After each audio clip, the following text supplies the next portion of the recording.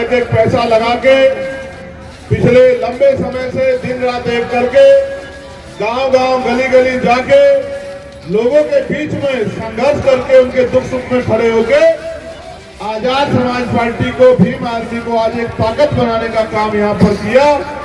ऐसी हमारी यहाँ की पूरी टीम, भाई अनस खान जी, नियाज अहमद जी, अजीत भारती जी, दिलीप जाटव जी, श्यामलाल भारती जी, परवीन संगम जी, अंबुज राज जी, सुशीला गौतम जी, छत्रपाल भारती जी, तोकीर अहमद जी, सुपेंद्र आजाद जी, राजकुमार गौतम जी, सुधीर राजवंशी जी, अरुण भारती जी, श्री कृष्ण जाटव जी, रोहित चौधरी जी और मेरे छोटे भाई और कर्मठ साथी जो यहाँ लंबे समय से मेहनत कर रहे हैं, सीतापुर के सम्मानित जिलाध्यक्ष छोटे भाई विष्णुदीप चौधरी जी का भी मैं धन्यवाद करता हूँ।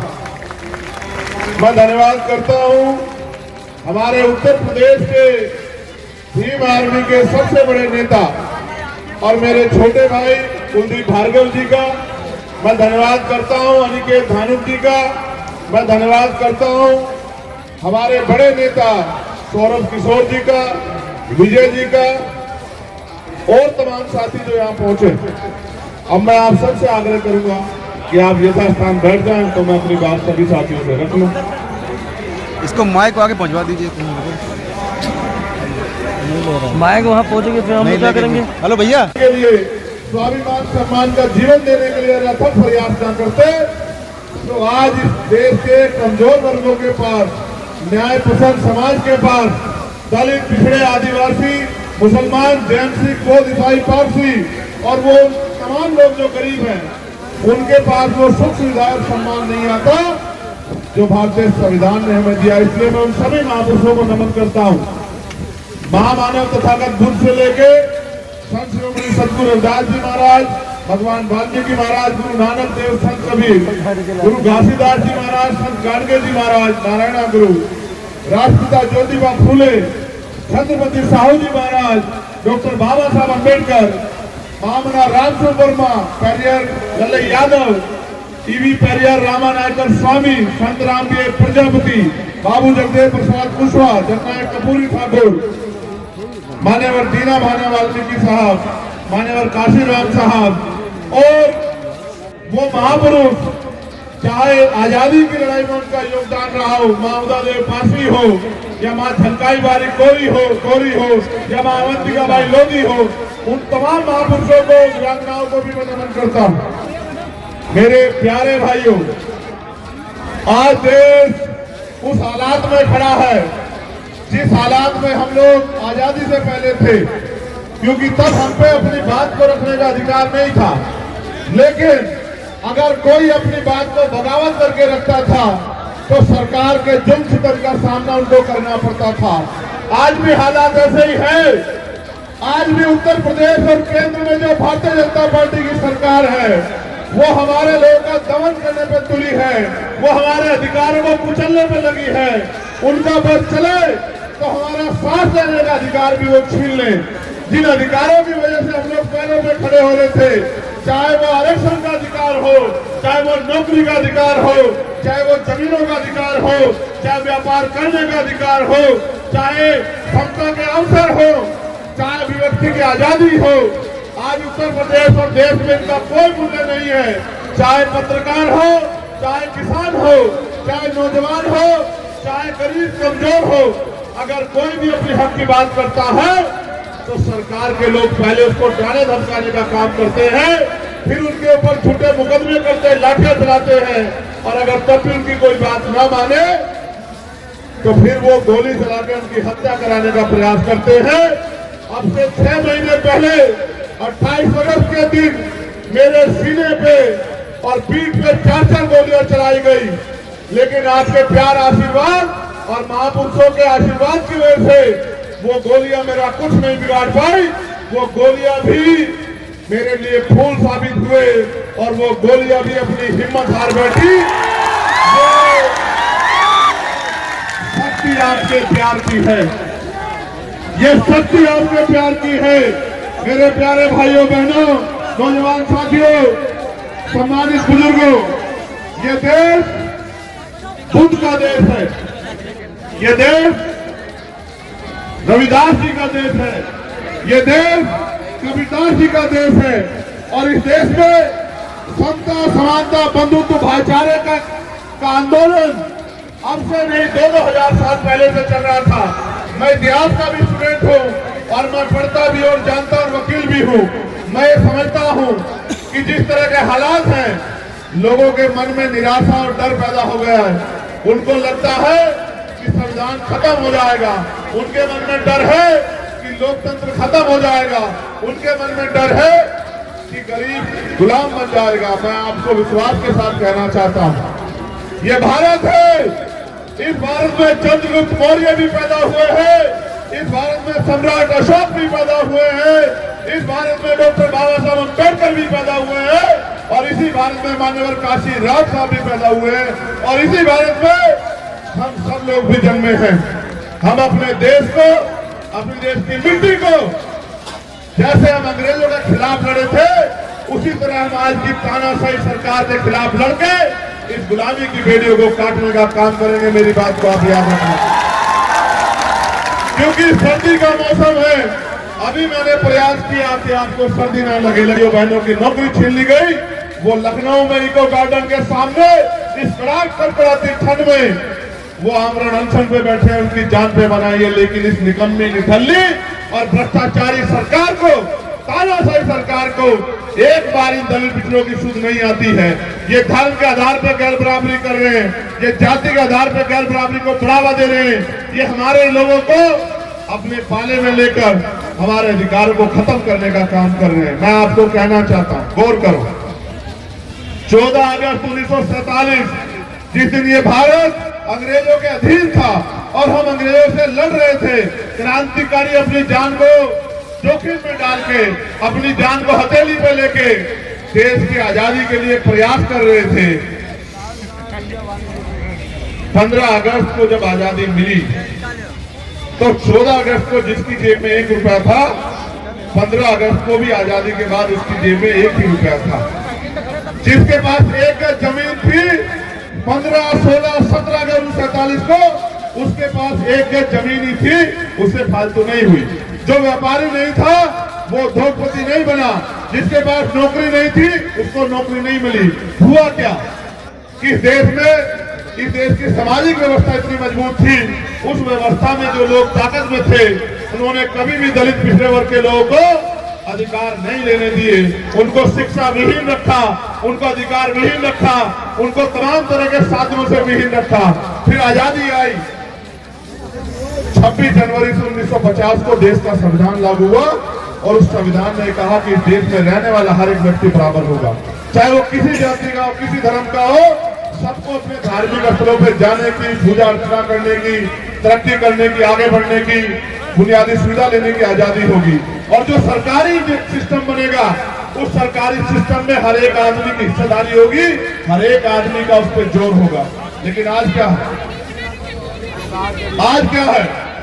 जिस दिन आजादी मिली, धन धरती राजपाट में बंटवारा नहीं हुआ। मेरे भाइयों, मेरी माँ बहनों, जो गरीब था वो गरीब रहा, जो अमीर था वो अमीर होता गया, गरीब गरीब होता गया और अमीर अमीर होता गया। थोड़ी बहुत जगह तब्दीली हुई तो जो आरक्षण की व्यवस्था हुई सरकारी नौकरियों में, उसकी वजह से मेरे आपके घर के लोग सरकारी नौकरियों में पहुंचे।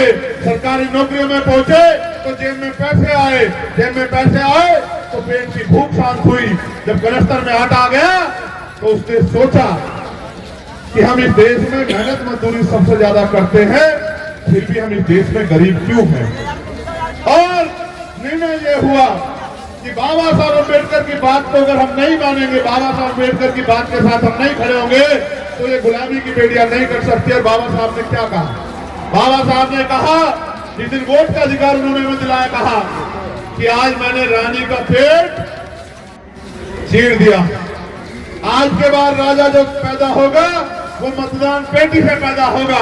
आज के बाद जो राजा पैदा होगा वो बैलेट बॉक्स से तैयार होगा। जब मैं अपनी बात को खत्म कर रहा हूँ तो तब मुझे इस बात को आप याद दिलाना कि बाबा साहब ने क्या कहा था। मैं आप सबको बात सारे लोग कह रहा हूँ कि जब मैं अपनी बात को खत्म करने की तरफ हूँ तब आप मुझसे कहना कि भैया मत बेटी से राजा पैदा होगा, इस पे भी अपनी बात पूरी करो। कहोगे नहीं कहोगे? इसलिए आपको याद दिला रहा हूं कि आपको याद, अब काम की बात सुनो। लोकतंत्र आया, लोकतंत्र की बुनियाद ये थी कि जिन अधिकारों से हमें वंचित किया गया वो अधिकार हम तक पहुंचे। लोक लेखा समिति बनी प्रदेश में, केंद्र स्तर पे, फिर और बात आगे बढ़ी, पंचायत स्तर पे पंचायत राज लागू हुआ और निर्णय उसका परिणाम ये था, उसका उद्देश्य ये था कि जो गांव में रहता है, जो शहर में रहता है, जो गांव के उस छोर में रहता है, जो बस्ती के उस टूटी झोपड़ी में रहता है, उसको भी सुख सुविधाएं मिले। चाहे वो प्रधानमंत्री की बेटी हो या एक मजदूर किसान की बेटी हो, उसको भी स्वाभिमान सम्मान का जीवन मिले। जो गरीब है वो अगर उससे टैक्स लिया जा रहा है तो उसको सुविधा देने का काम सरकार का होना चाहिए। हम इस देश के लोकतंत्र को समझ नहीं पाए। हमारे महापुरुष कह के गए, बाबा साहब अम्बेडकर ने भी कहा कि राजनीतिक सत्ता वो चाबी है जो आपकी सारी परेशानियों को हल कर सकती है। Political power is the master की। और उन्होंने ये भी कहा कि राजनीति में हिस्सेदारी नहीं करोगे तो उसका सबसे बड़ा दंड ये होगा कि अयोग्य लोग आपके ऊपर शासन करेंगे। आज देश में ऐसे लोग राज सत्ता में बैठे हैं जिनसे ना राज चलाना आता, ना घर चलाना आता, जिनको ये भी नहीं पता कि किस तरह हमारी माए बहने अपने आंसू बहा बहा के भूखे पेट इस देश में अपना समय पर व्यतीत कर रही।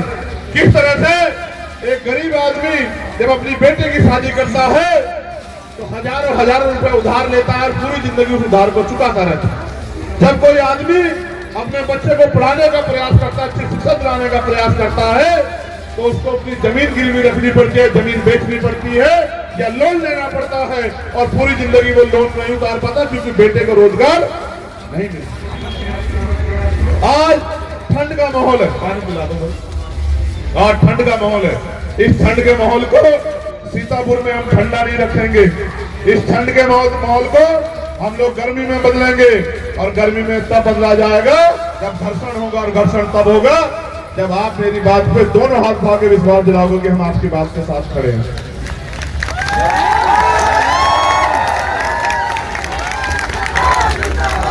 अब गौर करो भैया जिंदाबाद। देखो, हमसे सिर्फ लड़ाई ये है ताकतवर लोगों की कि हमारे पास सिर्फ समस्या नहीं है, हमारे पास सलूशन है। क्या है? क्या है? हिंदी में समझाए ना। हमारे पास सिर्फ समस्या नहीं है कि हम रोते रहे, हमारे पास समस्या का समाधान है। क्या है? जब तक समाधान नहीं होगा तब तक समस्या बनी रहेगी, नहीं रहेगी? देखो, गौर करो, मैं सिर्फ ये बताऊंगा कि हम करने क्या वाले, समझ रहे हो? आप उस पर गौर करें। सोचो, आज हम ताकत में आ गए हैं उत्तर प्रदेश के अंदर, अब हम क्या करेंगे? गौर करो। यही बात अपने दिमाग में डाल के जाना, क्योंकि आज नहीं तो कल ताकत में तो आना है, नहीं आना है? आना है, नहीं आना है? बताओ। बहुत अच्छा। अगर हम ताकत में जिस दिन होंगे तो हम सबसे पहला काम ये करेंगे कि इस देश में चाहे वो चतुर्थ श्रेणी का सरकारी कर्मचारी हो, चाहे क्लास 1 का अफसर हो, दोबारा बताऊं, चाहे 4th क्लास का कर्मचारी हो, क्योंकि उनके यहाँ क्या है, पे स्केल है, चाहे चौथी क्लास का 4th श्रेणी का कर्मचारी हो या क्लास 1 का अफसर हो, चाहे गांव का सभासद, ग्राम पंचायत का मेंबर हो या उत्तर प्रदेश का मुख्यमंत्री, राज्यपाल या कोई मंत्री, विधायक या नगर निगम का पार्षद, सभासद, कोई भी हो जो सरकारी लाभ ले रहा है, जिसको सरकारी तनख्वाह मिलती है या सरकारी सुविधाओं का लाभ मिलता है, जो सरकार का नुमाइंदा है, सरकार के कहीं ना कहीं जुड़ा हुआ है, उस हर व्यक्ति के बच्चे को हम लोग सरकारी स्कूल में क्या करेंगे? कैसे? जैसे डीएम साहब का बच्चा कहाँ पढ़ेगा? प्राइमरी में। कहाँ पढ़ेगा? कमिश्नर साहब का बच्चा कहाँ पढ़ेगा? विधायक जी का बेटा कहाँ पढ़ेगा? सांसद जी का बेटा कहाँ पढ़ेगा? मंत्री जी का बेटा कहाँ पढ़ेगा? यूनिवर्सिटी के चांसलर साहब का बेटा कहाँ पढ़ेगा? प्रधान जी का बेटा कहाँ पढ़ेगा? और राज्यपाल जी का बेटा कहाँ पढ़ेगा? प्रमुख सचिव साहब का बेटा कहाँ पढ़ेगा? अनु सचिव साहब का बेटा कहाँ पढ़ेगा? जब सारे अधिकारी और सारे नेताओं के बच्चे सरकारी स्कूल में पढ़ेंगे, जहां एक कुर्सी पे तो किसान का बेटा बैठा होगा, दूसरी कुर्सी पे एक मजदूर का बेटा बैठा होगा पढ़ने के लिए, और उसी कुर्सी पे बराबर वाली पे मंत्री जी का बेटा बैठा होगा, डीएम साहब का बेटा बैठा होगा, थाना अध्यक्ष का बेटा बैठा होगा। उसी कुर्सी पे वरिष्ठ पुलिस अधीक्षक का बेटा, एडिशनल एसपी का बेटा, सीओ का बेटा बैठा होगा, और जो मास्टर स्कूल में पढ़ा रहा उसका बेटा भी जो स्कूल में बैठा होगा उसी कक्षा में। तो फिर वो आपको अच्छी पढ़ाई देना चाहे ना देना चाहे, लेकिन उनके बच्चों को अच्छी पढ़ाई देंगे तो आपके बच्चे भी अच्छी पढ़ाई प्राप्त करेंगे। दूसरा, इससे फायदा क्या होगा? ये बड़ी बड़ी मीनारें खड़ी कर दी प्राइवेट सेक्टर की, जहां 5,000 रुपए आपको देने पड़ते हैं अपने बच्चों को पढ़ाने के लिए, 2,000 रुपए देने पड़ते हैं। ये जो आपकी जेब काट रहे हैं अमीर लोग, एक तो हमारा पैसा बच जाएगा, दूसरा हमें बहुत कम पैसे में अच्छी पढ़ाई कराने का मौका अपने बच्चों को, चाहे डॉक्टर बनना हो, इंजीनियर बनना हो, आईपीएस बनना हो, आईएएस बनना हो, वकील बनना हो, सारी पढ़ाई हम लोग इतनी सस्ती करेंगे कि गरीब का बेटा भी अपने सपनों को पूरा होना चाहिए, नहीं होना चाहिए। दूसरी बात, मेरे पिताजी को मैं इसलिए नहीं बचा पाया क्योंकि प्राइवेट स्कूल, प्राइवेट हॉस्पिटल में इलाज कराने के मेरी जेब में पैसे, आपने भी देखा होगा कभी कभी कि आपके घर में कोई बीमार हुआ लेकिन जेब में इतने पैसे नहीं कि बड़े से प्राइवेट हॉस्पिटल मिलने जाए। देखा है नहीं देखा? कैसा महसूस होता है उस समय? अच्छा लगता है, बुरा लगता है? तो हम ये करेंगे सुनिश्चित कि चाहे मुख्यमंत्री का बेटा हो या बेटी हो या खुद मुख्यमंत्री हो, पत्नी हो, दादी हो, अम्मा कोई हो, और चाहे अधिकारी कोई हो, जिनकी बात हमने बताई थी, सबका इलाज सरकारी हॉस्पिटल में। अब ये महसूस करो, उसी बेड पे मुख्यमंत्री जी लेटे हो और उसी बेड पे एक किसान मजदूर लेटा हो, तो अच्छा इलाज मिलेगा नहीं मिलेगा? दवाइयां टाइम पे मिलेगी नहीं मिलेगी? सुविधाएं आएंगी नहीं आएंगी?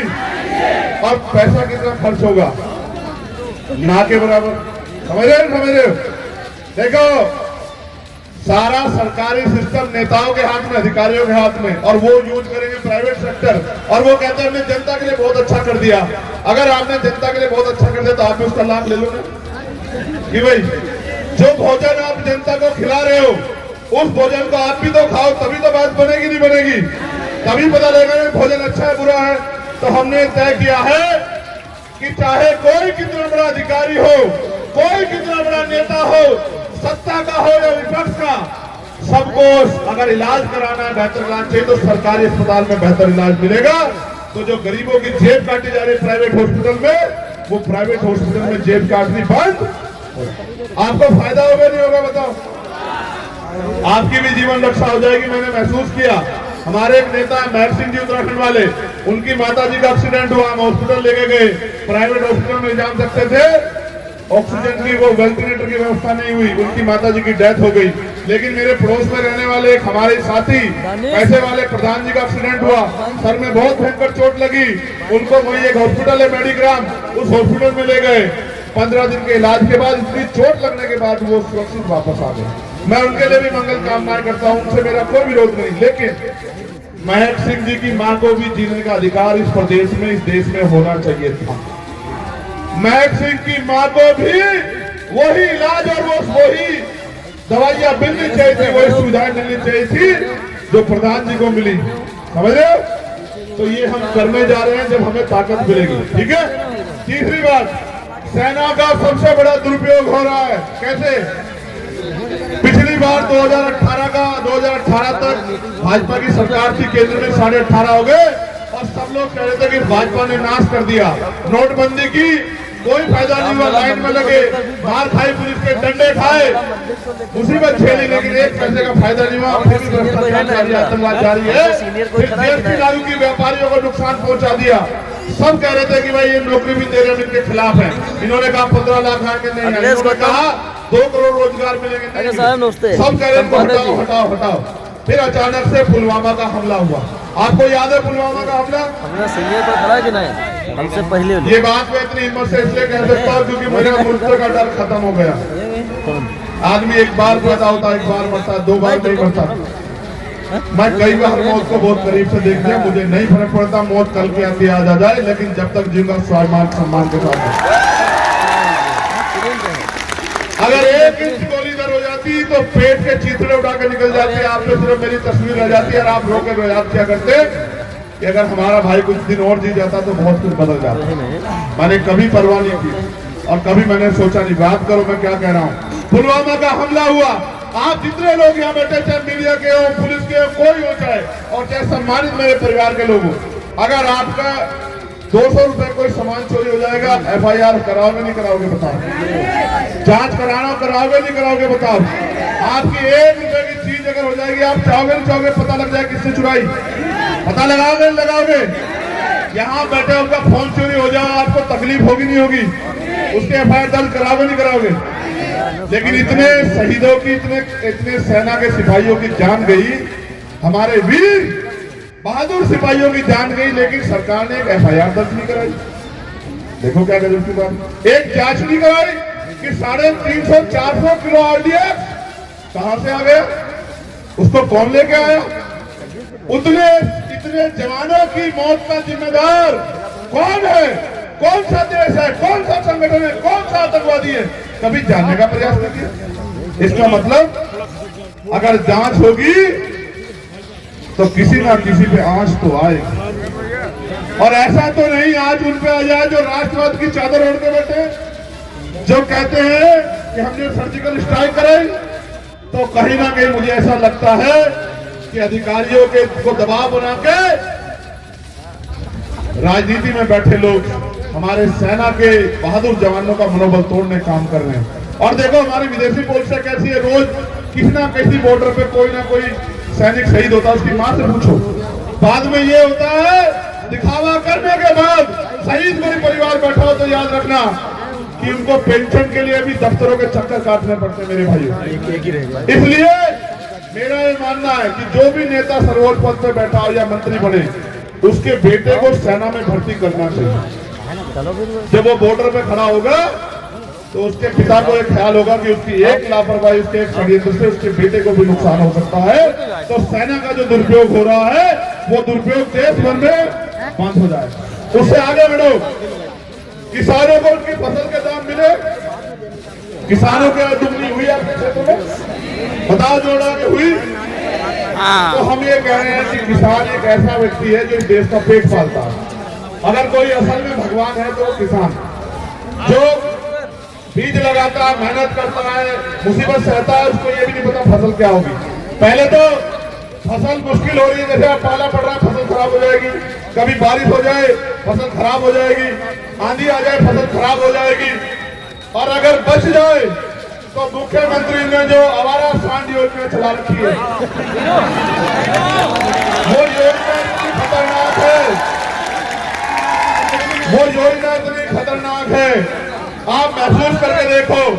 अगर गाय या कोई और आवारा पशु आपको पटक पटक के मार दे कोई बात नहीं है, लेकिन अगर आपने उसको जरा सा डंडा मार दिया तो आपकी खैर नहीं है, आप पर मुकदमा भी दर्ज होगा और आपको पुलिस पकड़ने भी आ जाएगी तत्काल। आप समझते हो?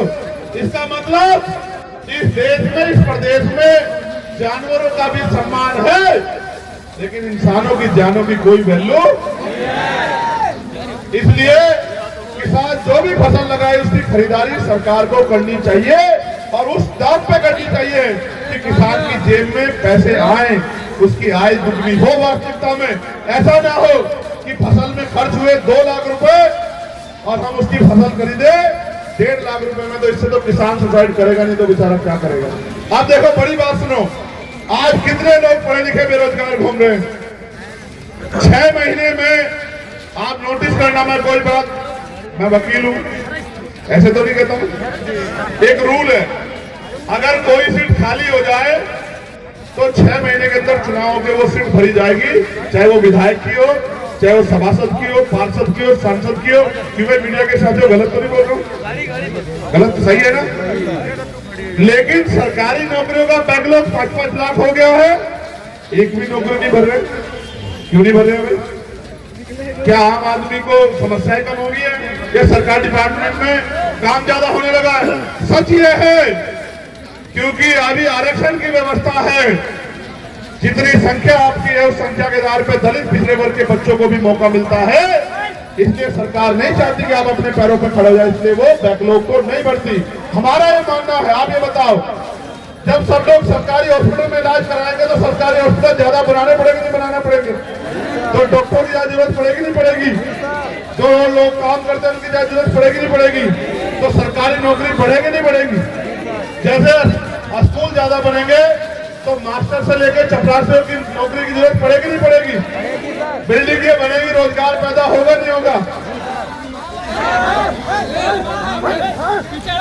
आराम से आराम नहीं, तुम लोग बैठ जाओ सब अपने। ये बच्चों हमसे प्यार करते हो ना? जी सर।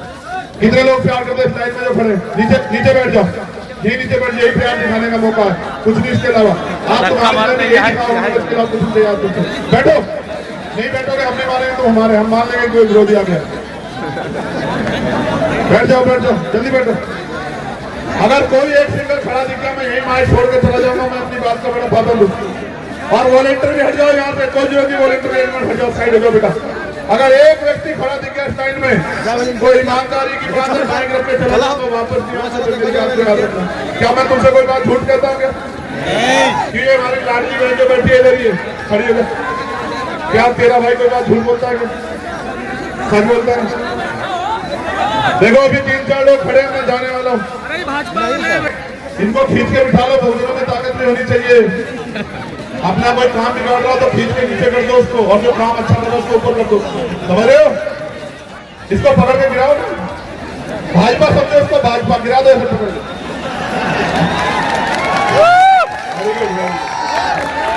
जल्दी बैठो, खराब हो रहा है, समझ आ रहा है भाई। एक मिनट का एक मिनट लगा लेना, नारा लगा लेना। तो मैं कहा था, मैं ये था कि देखो अगर सरकारी स्कूलों की संख्या बढ़ेगी तो नौकरियां बढ़ेगी। इसलिए मेरा ये मानना है कि अगर 6 महीने में नेताओं की नियुक्ति दोबारा हो सकती है, उनके लिए चुनाव हो सकता है, तो बैकलॉग नहीं रहना चाहिए, हर एक नियुक्ति को भरना चाहिए। और ज्यादा से ज्यादा सरकारी डिपार्टमेंट, हम इतने सरकारी डिपार्टमेंट बनाएंगे आप सोच भी नहीं सकते। हम इसका भी एक डिपार्टमेंट बना देंगे, ये जो लोग आवारा काम कर रहे हैं इनका भी एक डिपार्टमेंट बना देंगे, सब सरकारी कर देंगे। आप देख लेना, अभी 2% सरकारी नौकरियां है और हम प्रयास करेंगे 60% सरकारी नौकरियां कर देंगे, आप देख लेना। ये लोग कहते हैं कि जनसंख्या बढ़ रही है, जनसंख्या बढ़ रही है, हमारे देश में दिक्कत हो रही है। मैं कह रहा हूँ जनसंख्या बढ़ रही है, इसका यूज भी तो करना जानो। भाजपा वाले हो गया, हाँ कुछ भाजपा वाले इसमें घुसे हैं, कुछ भाजपा तो इसका यूज तो करना जानो। आज हमें बहुत सारी चीजें निर्यात करनी पड़ती है, दूसरे देशों से खरीदनी पड़ती है, वहां से वो आती है, फिर हम यहाँ टैक्स लगाते हैं, लोगों की जेब काटते हैं। अगर वही चीजें हम यहाँ बनाए तो उससे आधी कीमत पे हमारे लोगों तक पहुंचेगी, रोजगार भी मिलेगा और कीमत भी डाउन हो जाएगी। आज जो ये साफा मैंने पहना, अगर ये बाहर से आया तो 200 रुपए का, अगर यहाँ बनेगा तो 75 रुपए का बनेगा, गरीब के पैसे बचेंगे और हमारी बहनों को, बच्चों को, भाइयों को रोजगार मिलेगा, समझ रहे हो? इसलिए हमारा ये प्रयास रहेगा कि ज्यादा से ज्यादा सरकारी नौकरियां हो, उससे आगे बढ़ो। आप देखो, महसूस करो, पिछली जो आज की सरकार है वो नई नियुक्ति निकालती है, वो क्या करती है? संविदा पे लोगों को भर देती है, ठेकेदारी भर देती है। अब ठेकेदारी पे क्या मिलता है? ठेकेदारी पे मिलता है 5-6 हजार रुपए, 10,000 रुपए, यही मिलता है, नहीं मिलता है? मैं एक काम का उदाहरण दूंगा, जो सफाई का काम देखते हैं ना आप, अगर सरकारी नौकरी होगी तो मिलेंगे 40 से 50 हजार रुपए, और अगर ठेकेदारी पे काम करेगा कितने पैसे मिलेंगे मेरे भाइयों बहनों? 5,000 रुपए, 6,000 रुपए, 10,000 रुपए बन गई ना। और सीवर में भी उतरना पड़ेगा, तमाम तरह की मुसीबतें। मेरा ये मानना है, डॉक्टर बाबा साहब अम्बेडकर ने संविधान में लिखा है, समान काम समान वेतन। अगर योग्यता बराबर है, अगर 8 घंटे की ड्यूटी पे एक पुलिस के भाई को 50,000 रुपए तनख्वाह मिलती है, तो मेरे होमगार्ड भाई को भी 50,000 रुपए तनख्वाह 8 घंटे की मिलनी चाहिए। अगर सफाई का काम या ऑफिस में 4th क्लास का काम करने वाले चपरासी को 50,000 रुपए की नौकरी मिलती है, तो खेतों में काम करवाने वालों को ऑफिसों में काम कराने वालों को और करने वाले लोगों को भी 8 घंटे का वेतन 40 से 50 हजार रुपए मिलना चाहिए। मिलना चाहिए नहीं मिलना चाहिए बताओ? अगर 40 से 50 हजार रुपए जेब में आएंगे तो फायदा होगा नुकसान होगा? देखो काम वही है, समय उतना लग रहा है, एनर्जी उतनी लग रही है, तो फिर पैसा बराबर क्यों नहीं? ये भी तो गैर बराबरी है ना। ये गैर बराबरी कब दूर होगी? जब हम इसमें काम करेंगे। कैसे कि देश में न्यूनतम वेतन होना चाहिए कि अगर मजदूर मजदूरी कर रहा है तो उसको एक दिन की दिहाड़ी 1000 रुपए कम से कम मिलनी चाहिए। मिलनी चाहिए नहीं मिलनी चाहिए आप बताओ? चाहे वो कहीं काम करे, जब 30,000 रुपए तक महीने के पैसे कमाओ तो पैसे आगे नहीं आगे जेब में। चलो आगे बढ़ो। देखो ये सारे काम संभव है। मेरे दिल में एक इच्छा, बाबा साहब अम्बेडकर विदेश पढ़ने गए, विदेश से पढ़ के आए, ज्ञान लेके आए और इस देश में अच्छा काम किया।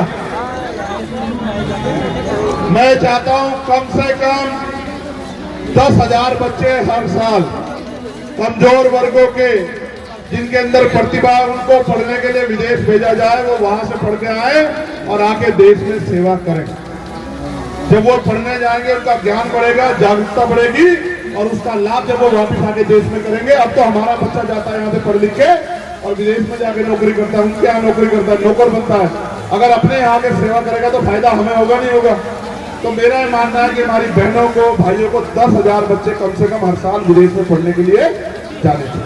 ठीक है, क्योंकि अभी हम विदेश का मुकाबला नहीं कर सकते। मैं इस बार पूछूंगा बहुत, अभी मेरे को कोई खड़ा दिखाई दिया तो मेरा वो वाला रूम भी देख लेना, बीमार वाला सुनो, तुम पकड़ो अपनी जिम्मेदारी, कोई खड़ा नहीं होना चाहिए और खींच के बिठा लो जो खड़ा हो रहा।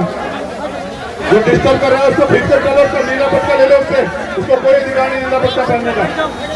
जो अनुशासनहीनता कर रहा है ये नीला पट्टा से ले लो, ये लोग खड़ा पे घूम रहा है, ले लो नीला पट्टा। बढ़ क्यों रहा है यार? बात क्यों नहीं बात कर रहे?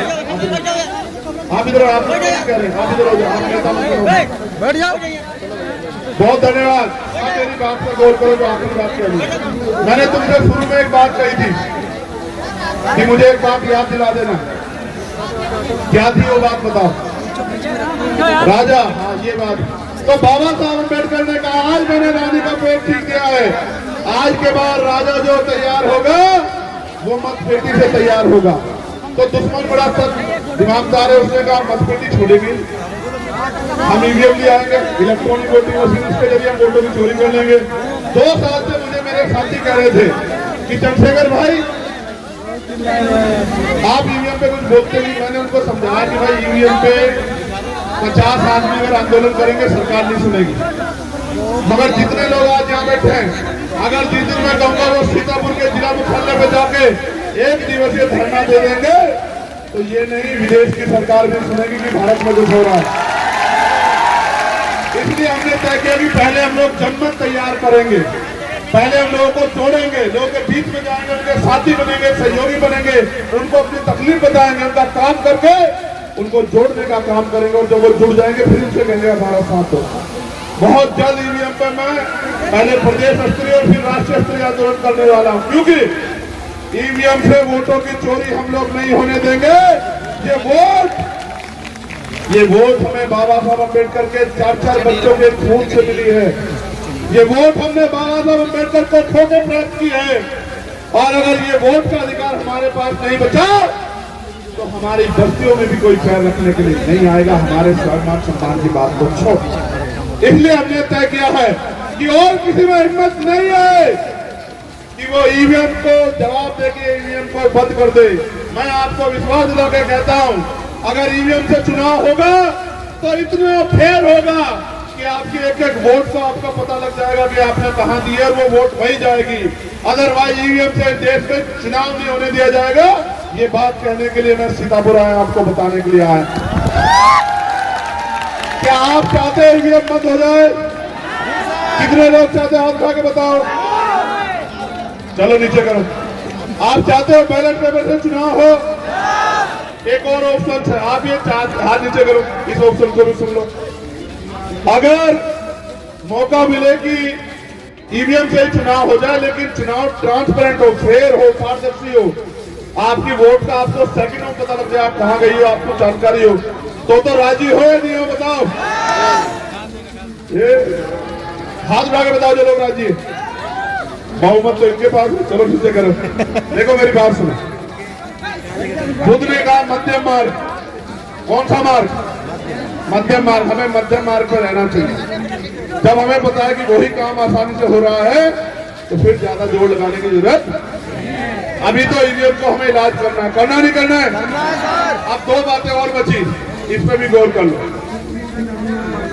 एक तो आजाद हुए 70 साल से ज्यादा हो गया, लेकिन अखबार पढ़ो, हर रोज घटना आती है। कहीं किसी बच्ची का रेप हुआ, कहीं हत्या हुई, कहीं उसको मार के लटका दिया गया, कहीं उसका सामूहिक उसके साथ अपमान हुआ, कहीं बीएचयू में हुआ, कहीं कहीं हुआ। तमाम तरह की खबरें सुनते हैं। मुझे तो बहुत तकलीफ होती है, क्योंकि मेरी माँ ने तो मुझे सिखाया है कि बहन बेटियों के का अपमान नहीं होना चाहिए। आप ये बताओ, आपको तकलीफ होती है नहीं होती इस बात से? कोई कहता है कानून व्यवस्था अच्छी है, कोई कहता है राम राज। आप बताओ ये कैसा राज है जिसमें बहन बेटियां सुरक्षित नहीं? कल तो मैंने उनको सुना, चंपत राय जी को। वो चंपत राय जी कह रहे थे कि भाई हमने राम मंदिर के जो गेट है उन पे सोना चढ़वा दिया, मगर हमें डर है कि कोई पुजारी का गला काट के उनको उतार ना ले जाए। आप सुन के देख लो, यही कह रहे थे। वो कह रहे थे नहीं कह रहे थे, मीडिया के लोग जानते हो, कह रहे थे नहीं कह रहे थे। आप बताओ, जो अयोध्या में राम के यहाँ पे अगर सुरक्षा नहीं है तो फिर भाई क्या होगा? आप चाहते हो कि बहन बेटियों का अपमान होना इस प्रदेश और देश में बंद हो जाए? कितने लोग चाहते हैं? हाथ खड़ा करो। आप चाहते हो बहन बेटियां सुरक्षा से, सम्मान से अपना जीवन यापन कर सके? कितने लोग चाहते हैं? हाथ खड़ा करो। बहुत बढ़िया, नीचे करो। अब गौर करो, एक संत है अभी, उनका नाम है राम भद्राचार्य जी। मैं उनका बहुत सम्मान इसलिए करता था क्योंकि मैं उनको दलित ही समझता था। कैसे? दलित का मतलब है जो पीड़ित है, जो शोषित है, जो कमजोर है, जिसमें कमी है। कुदरत ने उनको आंखें नहीं दी। मुझे ऐसा लगता था कि भाई वो भी हमारा हिस्सा है, उनको भी आंखें नहीं है, इसलिए वो भी हमारे जैसे दलित ही हैं। लेकिन जब मैंने उनको सुना तो मेरा भ्रम दूर हो गया। उन्होंने कहा कि आरक्षण अगर जल्दी खत्म नहीं किया SC ST OBC का तो इस देश में खूनी क्रांति हो जाएगी, इस देश में पता नहीं क्या हो जाएगा, इस देश में पता नहीं क्या हो जाएगा। उन्होंने कहा जातिगत आरक्षण खत्म कर दो। मैं उनसे पूछना चाहता हूँ, भद्राचार्य जी, हजारों साल हमने इस देश में खून के आंसू रोए, आपने क्या दिया हमें? आपके पूर्वजों ने क्या दिया हमें? आपने आरक्षण दिया क्या हमें जो छीनना चाहते हो? और आप संत हो गए, कहते हो खूनी क्रांति हो जाएगी। किसको डरा रहे हो आप? इस देश का माहौल खराब करना चाहते हो? इस देश में दंगा कराना चाहते हो राम भद्राचार्य जी? फिर उन्होंने कहा, और ये बात मुझसे स्वीकार नहीं हुई, उन्होंने कहा मरे मुलायम काशी राम, और मुस्कुराए सब लोग। मुझसे नहीं बर्दाश्त हुआ। काशी राम साहब, मान्यवर मुलायम सिंह जी भी हमारे नेता रहे, बहुत बड़े नेता थे, लेकिन मान्यवर काशी राम साहब हमारे पिता से कम नहीं है। वो हमारे रहबर है। उन्होंने हमें लड़ना सिखाया, उन्होंने हमें बोलना सिखाया। और अगर कोई मान्यवर काशी राम साहब के खिलाफ एक शब्द भी कहेगा तो ये हम किसी कीमत में बर्दाश्त नहीं करेंगे, नहीं करेंगे। हम किसी के पिता को गलत नहीं कहते। हम भारत के संविधान को मानने वाले सभी धर्मों का सम्मान करते हैं, आर्टिकल 25-26 को समझते हैं। लेकिन अगर कोई हमारे पिता का अपमान करेगा तो हमसे बुरा उसके लिए कोई नहीं होगा। फिर उन्होंने एक भाषण और दिया और उन्होंने कहा, मैं तो खुल के कहूंगा कि चारों वर्णों में जो राम को नहीं भजता वो चारों वर्णों में चमार। राम को भजने वाला उत्तम और श्याम को भजने वाला नीच। उनके कहने का मतलब है कि जो चमार जाति है वो नीच जाति है। भाई उनका कहा क्या था? चारों वर्णों में जो राम को नहीं भजता, देखिए चारों वर्णों में जो बुरा है, असुर है, राक्षस है, वो कौन है? ये कह तो उन्होंने दिया। फिर मैंने जब उनको ट्वीट करके बताया एक्स पे तो करंट सा भी लगा होगा उनको है। फिर उन्होंने कहा भी नहीं मेरा ये मतलब नहीं था, मतलब था मैं नहीं जानता क्या मतलब था। मैं तो उनको कहना चाहता हूँ इस मंच के माध्यम से, अपनी वाणी पे लगाम लगा कर रखो, ना बुरा कहेंगे ना बुरा सुनेंगे। और अगर कोई सीमा क्रॉस करेगा तो ये भी भूल जाएंगे कि वो कौन है। मुकदमा दर्ज करा के उसको जेल भिजवाने का काम भी हम लोग करेंगे अगर किसी का दिमाग खराब हो गया। आप चाहते हो कि कोई काशीराम साहब का अपमान करे? अगर कोई अपमान करेगा उसको सबक सिखाने का काम करोगे नहीं करोगे? दोनों हाथ उठा के बताओ जो सबक सिखाने का काम करोगे। इसलिए लोकतंत्र को मानने वाले, मैंने उनसे कहा सरकार से अपील किया मैं इनको मुकदमा दर्ज करवाऊंगा और फिर सरकार से पूछूंगा। जो लोग कहते हैं कि हम दलित सम्मेलन कर रहे हैं, तो ये बताओ हमें अपमानित करने वालों को जेल भेजोगे नहीं भेजोगे? अब आप ही बात गौर कर लो। इस देश में जिसकी जितनी संख्या वाली उसकी इतनी हिस्सेदारी होनी चाहिए नहीं होनी चाहिए? बताओ। धन धरती राजपाट बढ़ना चाहिए नहीं बढ़ना चाहिए? बताओ। तो फिर ये महसूस करो कि आज इस देश की पिछड़ी, अति पिछड़ी दलित जातियों को, आदिवासियों को मिल क्या रहा। मेरा ये मानना इस देश में 100% आरक्षण होना चाहिए। कितने %? 100%। जिसकी इतनी संख्या भारी उसकी उतनी। मैं स्वर्ण समाज का सबसे बड़ा हितैषी हूं। क्या हूं स्वर्ण समाज का हितैषी? कैसे? वो बार बार कहते हैं कि भाई हमारा हक छीन रहा है। मैं उनको कहना चाहता हूं आप हमारा साथ दो।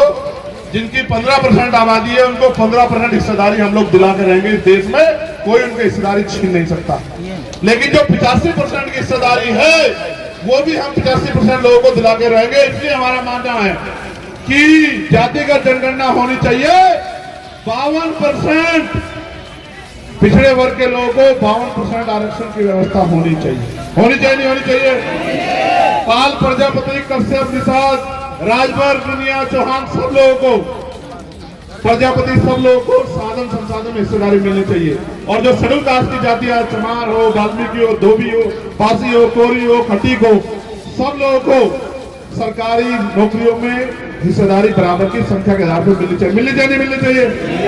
और जो देश का मुस्लिम समाज है उनको भी संख्या के आधार पर आरक्षण की व्यवस्था होनी चाहिए नहीं होनी चाहिए? तब जाके इस देश में जब सब लोग एक मंच पे सब लोग होंगे, एक ही दफ्तर में सब लोग होंगे, तब सबकी बात होगी। इसलिए मेरा मानना है कि 100% आरक्षण होना चाहिए। मैं आपसे आग्रह करूंगा इस लड़ाई को आगे बढ़ाने के लिए मुझे आपके सहयोग की जरूरत है। आप इस लड़ाई में हमारी मदद करें। करोगे नहीं करोगे? करेंगे सर। बहुत बहुत धन्यवाद, बहुत बहुत आभार। जिन साथियों ने ये कार्यक्रम किया उनका धन्यवाद और माँ बहनों का धन्यवाद। बस इस लड़ाई में एक जगह में कमजोर हूं क्योंकि मेरे पास राजनीतिक ताकत नहीं। अगर राजनीतिक ताकत होती तो फिर मैं बताता कि मैं क्या करता। मैंने आपको बता दिया कि मैं क्या करना चाहता हूं, लेकिन मुझसे राजनीतिक ताकत दूर रखिए भी आप हैं। अगर आप वो राजनीतिक ताकत हमें दे दोगे तो फिर आपको किसी के आगे हाथ फैलाना, कोई किसी बहन बेटी का अपमान, कोई किसी गरीब की कमजोर की हत्या, किसी भाई को पढ़ने के लिए किसी तरह की परेशानी नहीं होगी, किसी को इलाज में कोई परेशानी नहीं। एक समता मूलक समाज बनेगा जो भाईचारे पर आधारित होगा और जाति विहीन समाज बनेगा। मिलजुल के हम इस देश में तरक्की करेंगे और भारत का नाम दुनिया में मजबूत करेंगे। सोने की चिड़िया बनाएंगे, सम्राट अशोक का भारत बनाएंगे। आप इस लड़ाई में मेरी मदद करोगे नहीं करोगे? बताओ। दोनों हाथ उठा के बताओ जो लोग मदद करेंगे। ऐसे मुट्ठी तानो, ऐसे तानो मुट्ठी, ऐसे दोनों मुट्ठी तानो। पक्का नारा लगाओ मेरे साथ फिर जोर से। बहनें भी खड़ी हो जाए तो जो होगा देखा जाएगा। अब बैठने का समय 1 मिनट। अब भाई बताओ मदद करोगे नहीं करोगे?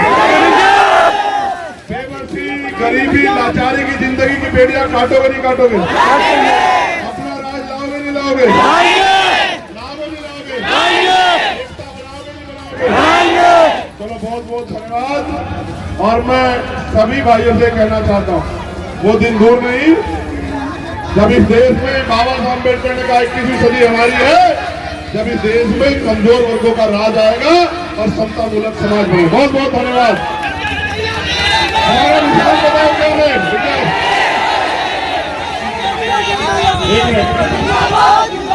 तो बताओ क्या हमारा निशान?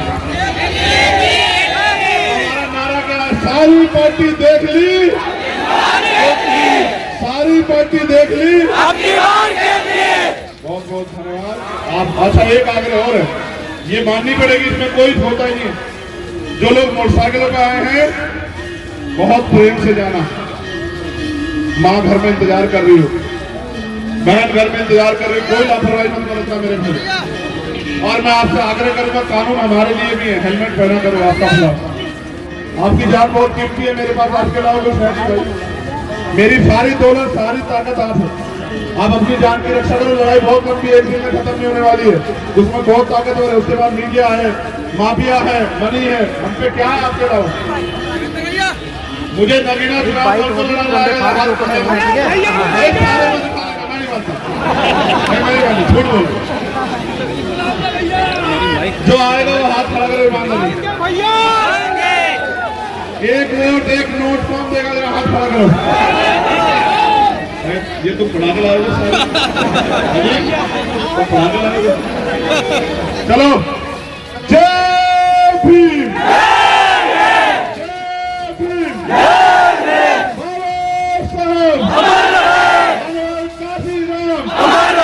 राष्ट्रपिता ज्योतिबा फूले, छत्रपति साहूजी महाराज, हमारे बहुजन महापुरुष, हमारे बहुजन महापुरुष। एक नारा और लगाओ, बहुत जरूरी है, मीडिया के साथ सुन लेना। एक मिनट सुन, बहुत काम कर रहा। एक मेरे बड़े भाई यहाँ जेल में बंद, उनका नाम है आजम खान। उनका अपराध ये है क्योंकि उन्होंने बना दी यूनिवर्सिटी, उसमें पढ़ने लगे बच्चे, पढ़ लिख के हो गए समझदार, सवाल पूछने लगे। सरकार को लगा इनको पढ़ने की कोई जरूरत नहीं है, इसलिए उन्होंने उस मेरे बड़े भाई को जेल में बंद कर दिया। और मैं रामपुर जाने लगा, इनको पता लगा तो इनको सीतापुर जेल लगा। आज इसी धरती में वो बंद है। मैंने परसों उनके बेटे का बयान पढ़ा, उन्होंने कहा प्रशासन गीली मिट्टी पे सुहाता है, सुबह ठंडे पानी में नहाना पड़ता, वो भी इंसान है। मैं बहुत जिम्मेदारी से कह रहा हूं, प्रशासन के साथियों को भी, सरकार के लोग, सरकार आती जाती रहती है, और ऐसा व्यवहार मत करो कि किसी की कोई तुम्हारे खिलाफ कोई बुराई दुआ प्रार्थना करे और तुम्हें तकलीफ हो। मैं किसी का बुरा नहीं चाहता, लेकिन ये व्यवहार ठीक नहीं है। मैं प्रार्थना करूंगा कुदरत से कि वो बहुत जल्द हमारे बीच हो और उनके साथ जो अन्याय हो रहा है वो बंद। और मैं विश्वास के साथ कहता हूं, उन्होंने मुझे मना किया, वो मुझे एक बार कहते तो मैं उत्तर प्रदेश में बताता कि हम लोग क्या कर सकते हैं। उन्होंने मुझसे कहा कि देश में भाजपा को हटाने के लिए आप लड़ो। मैं तो जेल में हूँ, कोई बात नहीं, मुझे सेना में आ जाऊंगा, जेल से बाहर कोर्ट है।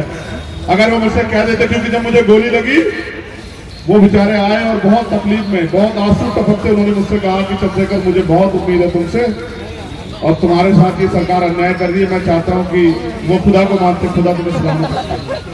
छोटा भाई होने के नाते मेरा भी फर्ज बनता है कि मैं चाहता हूँ कि उनको भी कुदरत सलामत रखे, वो भी ठीक ठाक हमारे बीच आ जाए। मैं आपसे बहुत जिम्मेदार से कह रहा हूँ, जो भी सरकार के खिलाफ बोलेगा उसको कुचला जाएगा, लेकिन घबराना मत मेरे साथियों।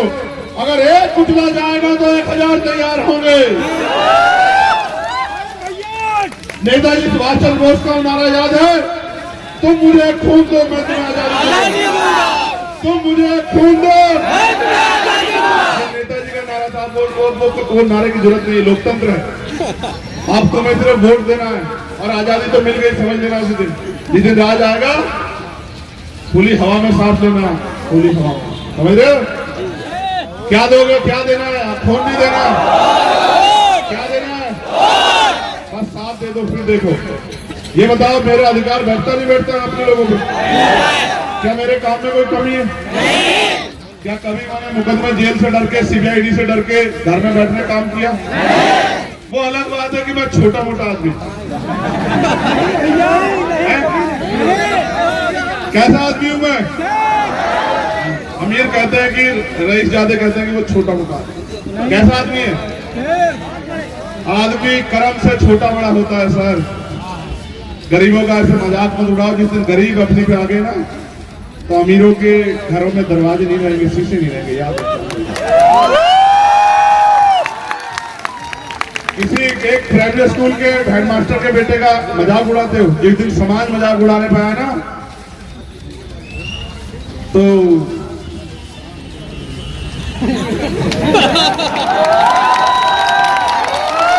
हमारा क्या है कि हमें प्रकृति का ये आदेश है कि किसी को बुरा नहीं करना। हम मानवता को मानते हैं, इसलिए किसी को बुरा नहीं करते, हम चाहते सुधार।